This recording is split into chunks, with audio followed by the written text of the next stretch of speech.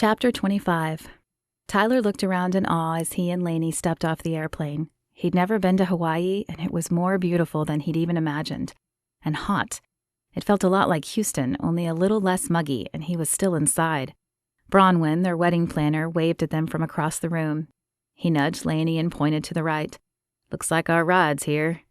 Beside him, she sighed. It's been nice having her handle the details, I guess, but her personality is grating, he finished. To say the least, Laney said with a laugh. Tyler wasn't sure if Bronwyn's personality was true or an act for whatever unknown reason, but she was the epitome of a valley girl. Her use of the word like was extraordinary and exhaustive. "Oh my gosh, isn't this so amazing?" she asked when they neared her. She held 2 leis in her hands, which she placed around their necks. "You totally can't land in Hawaii without being laid." Then she laughed, and it was a grating, high-pitched sound that reminded Tyler of nails on chalkboards. Laney squeezed his hand in a death grip. "We're a little beat from the plane ride, Bronwyn. Maybe we can go check into the hotel now?" Her laugh faded and her eyes widened. "Of course. Silly me. I'm so sorry. You must be exhausted. Follow me."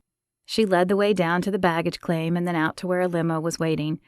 "I have kind of missed this treatment," Tyler said with a small smile as he and Laney climbed into the back. "Haven't you?" "Not in the least," she said with an eye roll. He pulled her to his side and wrapped his arm tightly around her. "How about now?" "What are you doing?" she asked as she twisted to look up at him. "The last time we were in a limo together, you hit your head on my chin, falling for me.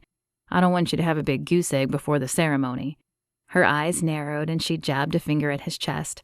"I fell because the driver slammed on his brake. Nothing more." "That's not how I remember it," he said with a sly grin. "Aw, you guys are so cute."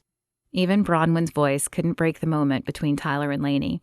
Tomorrow, she would be his wife, and Tyler couldn't think of anything he wanted more than to have her by his side forever. He turned his attention out the window and took in the beautiful scenery. He loved Texas, but it sure didn't have the same tropical appeal that Hawaii did. The road led them close enough that he could see the ocean and beaches out the window, and it did not surprise him when the limo pulled up in front of a large hotel. He was surprised by the paparazzi that greeted them as they stepped out of the limo. "Tyler, Laney, do you really think you're in love? Do you believe a marriage that started on a reality show can last? Is it true they paid you to propose?" Tyler sneaked a glance at Laney and was dismayed to see the tightness in her face.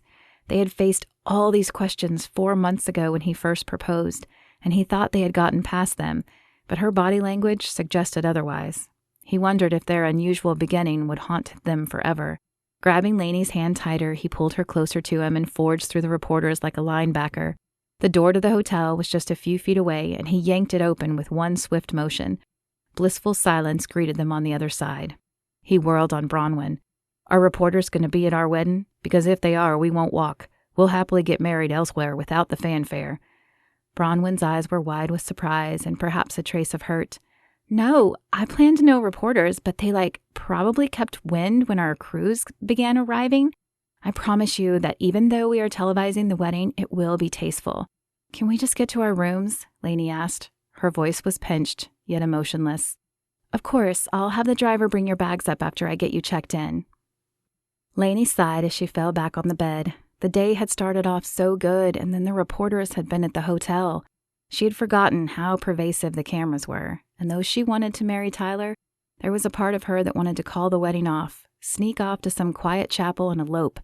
Plus, they had drug up old questions and insecurities, ones that she thought she had gotten over, but clearly she hadn't.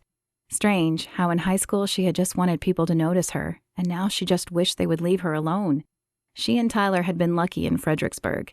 People in town knew of their television romance, but hadn't seemed to care, and only a few rabid fans had bothered to find them there. Her students who watched the show had been the most excited ones, but even they had lost their celebrity fascination after a week. Laney wondered why people even still cared about her and Tyler's marriage. A knock sounded at her door and she considered ignoring it, but it was probably her luggage, and she needed to hang up her wedding dress. "Just a minute," she called when the knocking continued. But when she opened the door, it wasn't the bellhop she saw, but Mary Ann, Jennifer, Meredith, Tracy, and Stephen, her closest friends from high school. "Oh my gosh, what are you doing here?" Stephen looked at the women. I thought we were attending a wedding. Are we not attending a wedding? No, I mean early. What are you doing here early? She'd expected Mary Ann early, and Nancy, as they would be her bridesmaids, but the others were an extremely nice surprise. I thought it would be fun if we had a reunion before your wedding, Mary Ann said with a shrug. Since you aren't having a bachelorette party or a rehearsal dinner, you are the best. Get in here. The fears and worries from moments before faded away as her old friends filed into her room. Mary Ann, Meredith, and Jennifer sat down on the bed, while Tracy, Stephen, and Laney pulled chairs from the breakfast table closer to the bed. Okay, I have to know what everyone has been up to, Laney said as she looked from face to face.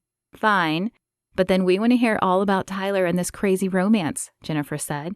Yeah, leave it to you to have the most amazing wedding story of all of us, Meredith said. I mean, I just married my college sweetheart. I married one of my co-workers, Jennifer said, but it wasn't amazing like this, unless you count our Star Wars wedding as exciting. You didn't, Laney said with a laugh. Yes, I did. Walked down the aisle as Princess Leia with buns and everything. The group continued to share stories for the next few hours. Tracy and Stephen had yet to marry, but Meredith had a daughter, and Jennifer had dogs she considered her children. Meredith had gone into social work, which didn't surprise Laney, as she had experienced foster care for a short time in high school, and developed a heart for kids like herself. Jennifer was a drama teacher, also not surprising. She'd generally held the leads in school plays. Tracy and Stephen had both gone into law, but not together. So are you really going to live in Texas after the wedding? Jennifer asked. I seem to remember you getting out of the state as fast as possible after high school. Laney chuckled. Yeah, I think I was running from myself after high school. I wanted to get away from the people who had never noticed me and start over, but somewhere in there, I lost who I was for a few years. Tyler helped me find that girl again, and believe it or not, I'm working at a high school, coaching kids for UIL tournaments. Oh, I can believe it, Stephen said. I always figured you'd become a teacher. Because I was brainy Laney? No, because you loved it. You loved school and learning. You came to school even when you felt awful because you were afraid you might miss something. He was right, and as Laney thought back, she realized in running from her nickname, she had run from the best part of her, the part that loved learning and found joy in a good book. How far would she have changed herself in seeking to be noticed had she not gone on the show and met Tyler?